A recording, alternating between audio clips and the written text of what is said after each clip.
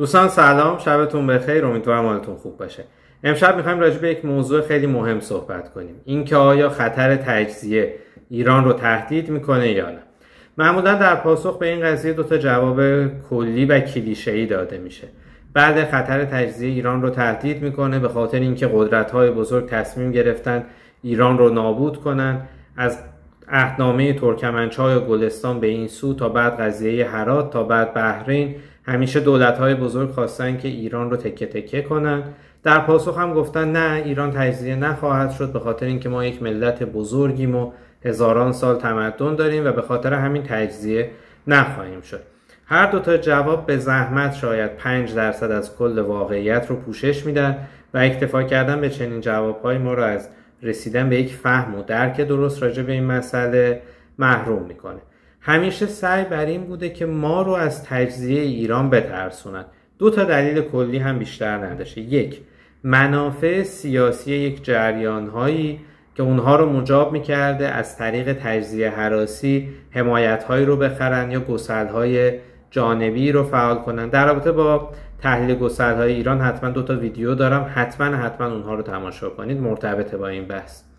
یه بخشی هم به خاطر همین فعالیت بلاگرها بوده. همیشه ترس جذابیت داره، وایرال میشه، فالوور براشون میاره و سعی کردن همیشه شما رو بترسونن. همیشه یک رخت سیاه دم دستی دارن، به ازای هر اتفاقی که در رابطه با ایران میفته بلافاصله جامعه سیاه به تن میکنن و میگن دیدید ما گفتیم، دیدید خطر جدیه، بالاخره این مملکت نابود میشه و چه و چه و چه. و خب هیچ کدوم این بحثا علمی نیست. شاید خوشاینده یه عده باشه، شاید خوراک یه سری محافل دوستانه و شب نشینی ها باشه، اما عملا تحلیلی نیست که بشه بهشون استناد کرد. حالا شاید بگید که اصلا چه ایرادی داره، خب بذار بترسونن. ترس که بد نیست، باعث میشه که ما سطح احتیاطمون رو بالا ببریم. ببینیم وقتی ترس به جای درست خودش بر نخوره و موضوع درست خودش رو پیدا نکنه، هم لوس میشه قضیه و همین که توجه ها از ترس ها و خطرات اصلی‌تر برداشته میشه.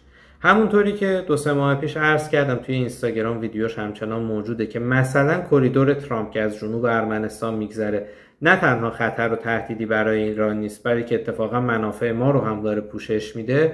اما یه عده دوباره همین کردن که جمهوری اسلامی نتونست مثلا مرزهای ما رو حفظ کنه و چه و چه و چه. و خب قشنگ باید فکر کنم بودن نیم ساعت ویدیویی که توضیح میدم چرا اتفاقا این اتفاق به سود کشور ایران و مردم ایران شد و چه منافعی برای ما داره و چرا اصلا قضیه ترسناکی نه.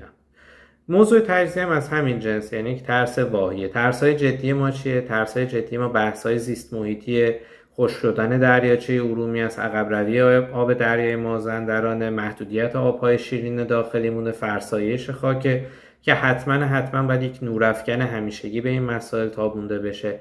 خطر دیگه‌ای که ما رو تهدید میکنه مواضع ترکیه و شاید پاکستان در ادامه است که جلوی هر تغییر مثبتی رو در ایران خواهند گرفت، به خاطر اینکه منافع این دو به ویژه حالا و به طور خاص منافع ترکیه در اینه که نذاره ایران به لحاظ سیاسی و به لحاظ اقتصادی جای بهتری بشه. در این رابطه هم یکی دو تا ویدیو توی تحلیل های سیاسی، توی پلیلیست تحلیل سیاسی هست، میتونید قشنگ اونجا دنبال کنید که چرا در رابطه با ترکیه و پاکستان چنین نظری دارم. بزرگترین خطری هم که امروز ایران رو تهدید میکنه و کمتر شاید داره راجبش صحبت میشه، به طور مجزا باز توی یک ویدیویی بهش کاملا پرداختم، خطر اشغال جزایر سگانه خلیج فارس، ابو موسی، تنب بزرگ و تنب کوچک.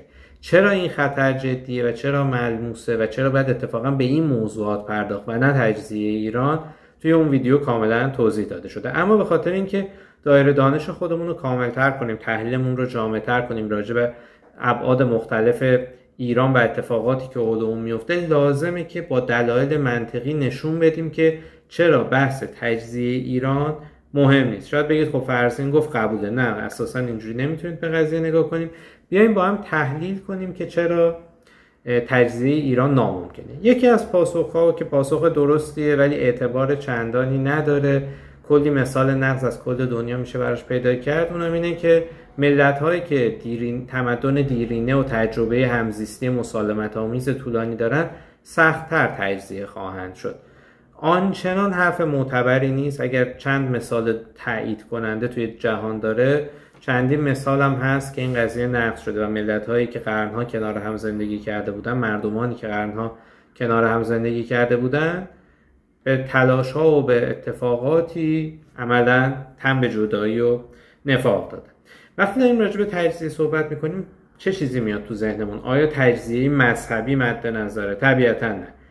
توی یک خونه سکولارها و مسلمان‌ها دارن کنار هم زندگی میکنن. اصلا اگه بخوان تجزیه انجام بشه باید داخل هر واحد ساختمونی این کار انجام شه. آیا جنگی بین شیعه و سنی در میگیره؟ نه، اساساً موضوعیتی نداره همچین بحثی توی امروز ایران. آیا تجزیه از مرزهای استانی رو خواهد داد؟ خیر. هیچکس تعلق خاطری به استان خودش نداره و استان‌ها شهرهایی با فرهنگ‌ها و قومیت‌ها و مذاهب مختلف دارن. آنچه که وقتی اسم تجزیه میاد توی ذهن متبادر میشه جنبه‌های قومی جامعه ایرانیه و این نگرانی که شاید تجزیه طلبی از دریچه فعالیت‌های قومگرایانه و نجات پرستانه و غیره میسر بشه. اما شدنی نیست. یه دلیلش به خاطر همون تجربه تمدنی دیرینه، اما دلایل خیلی مهمتر و استدلال‌های خیلی محکمتری هست که نشون میده تجزیه ایران میسر نیست. یکی این که اصلا ما چیزی به اسم مرزبندی مشخص بین قومیت‌ها نداریم. یعنی توی یه سری شهرها، اهم از نقده، ارومیه، اهواز و غیره و ذالک، شهرهای دو یا چند قومیتی داریم. شهرهایی که حتی محله هاش هم تفکیک شده نیست. دیوار به دیوار هم همسایه عرب زبان و لور زبان و فارس زبان و ترک و کرد دارن کنار هم زندگی میکنن. چنین پیچیدگی و در هم تنیدگی رو نمیشه مثلا با یک جزیره مقایسه کرد که کاملا از سرزمین اصلی دوره و حالا به خاطر همین قضیه مردمان اون جزیره میتونن دریا رو مرز واضح و مشخص خودشون تعیین کنن. هیچ مرز طبیعی جغرافیایی هم نیست که ما رو داخل پیکره ایران از هم جدا کنه.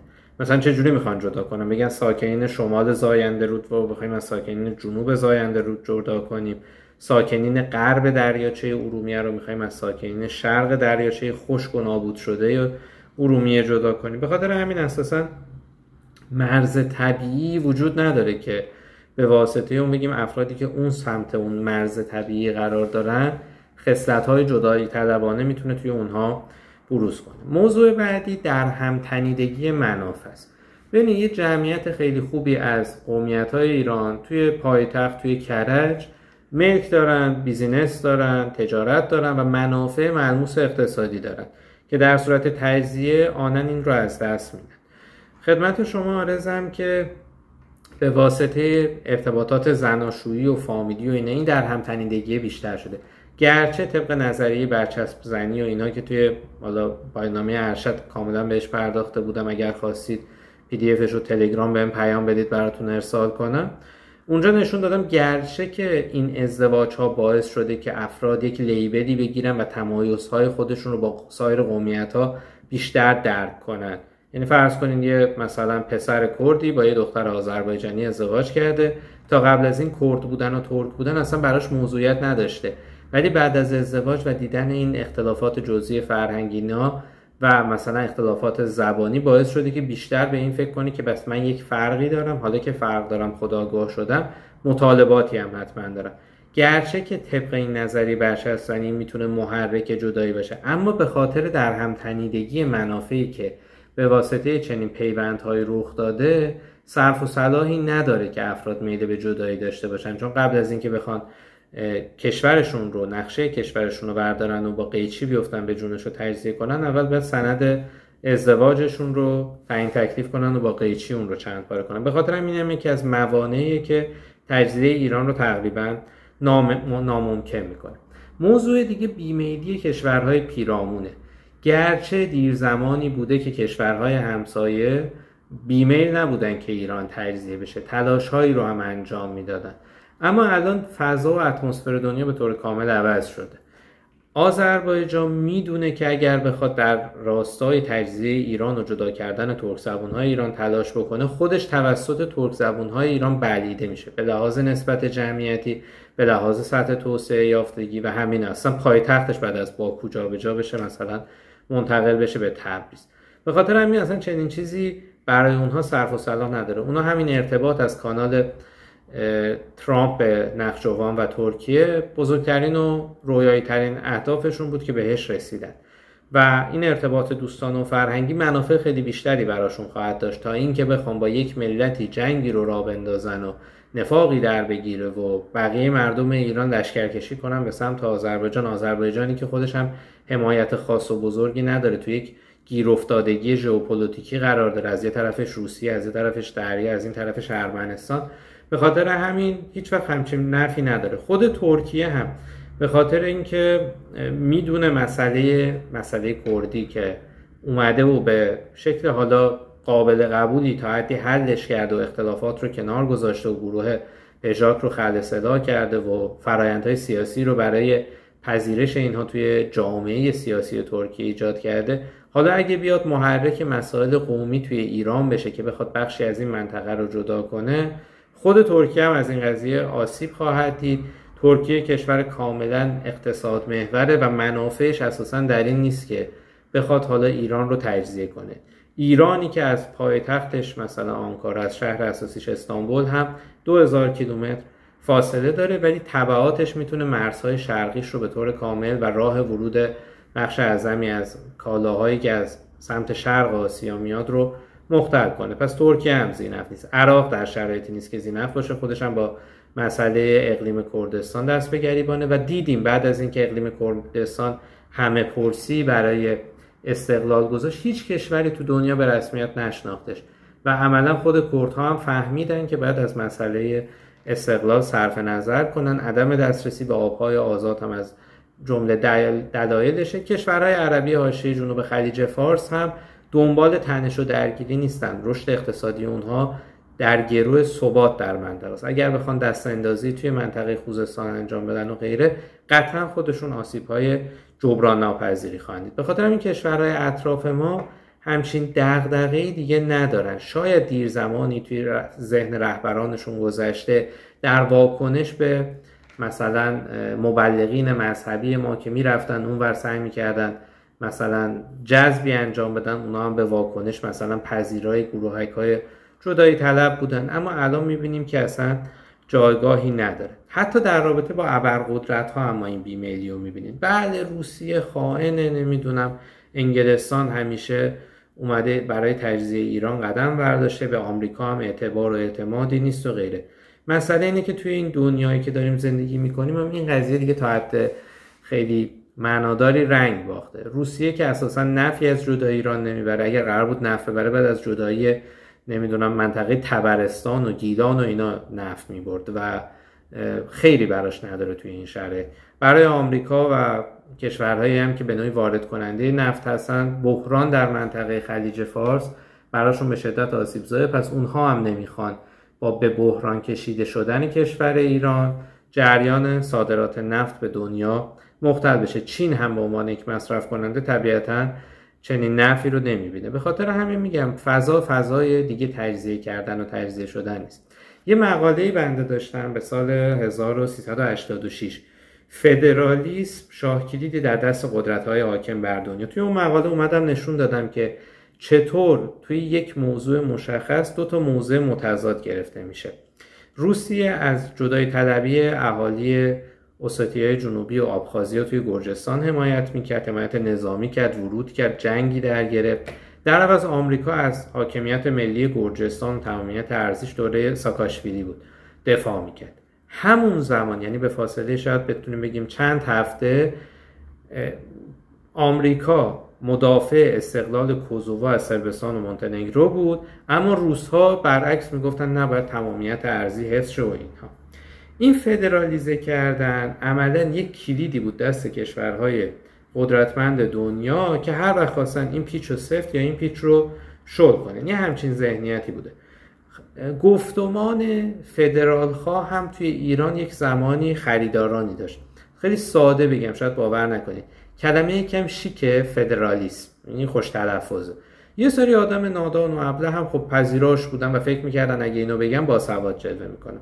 خدا رو شکر اونقدر تولید محتوا شد و اونقدر در این رابطه کار کردیم تا بالاخره الان دیگه هیچ کسی صحبت از فدرالیسم هم نمیکنه. توی کل جریانات سیاسی ایران شاید الان فقط سازمان مجاهدین خلقه که گاهن صحبتی از فدرالیسم میکنه که خب میدونیم تعداد طرفداراشون محدود میشه به چند تا آدم بالای 70 سال، زیاد محلی از اعراب نداره. در رابطه با تجزیه طلب‌های قومی و اینا هم که خیلی وقت دیگه اسمی ازشون نیست، همون موقع هم که اسمی اگر بوده به خاطر همین ترس و رعب بیموردی بوده که به جون خودمون انداخته بودیم.